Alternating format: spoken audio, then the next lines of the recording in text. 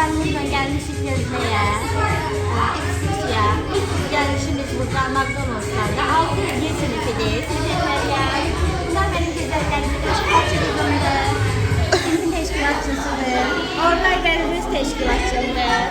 Leman'ım da var burada. Leman tam sinifle. Değil sinif mübareğindedir. Leman orada.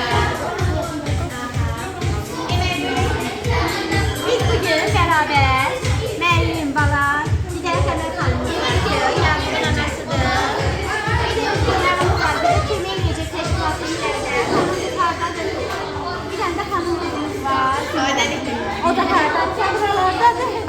Biz bugün eğlenmeye gelmişik. Önceden geldik, tanıştık. Bizim geçen özümüzde bedenleri gösteriyor. Çünkü bizim bu güzel adınız da Dilber. Özü de Dilber, adı da Dilber. Güzeller güzel Dilber Hanım da bize kömək eləyir. Çok sağ olsun. İnşallah eğlenmeye gelmişik. Ben de önceden eğleneceğiz. Orada her şey var eğlenceniz için. Eğlenceniz için teşkilatçılarımız. Nuş can olsun. Nuş olsun.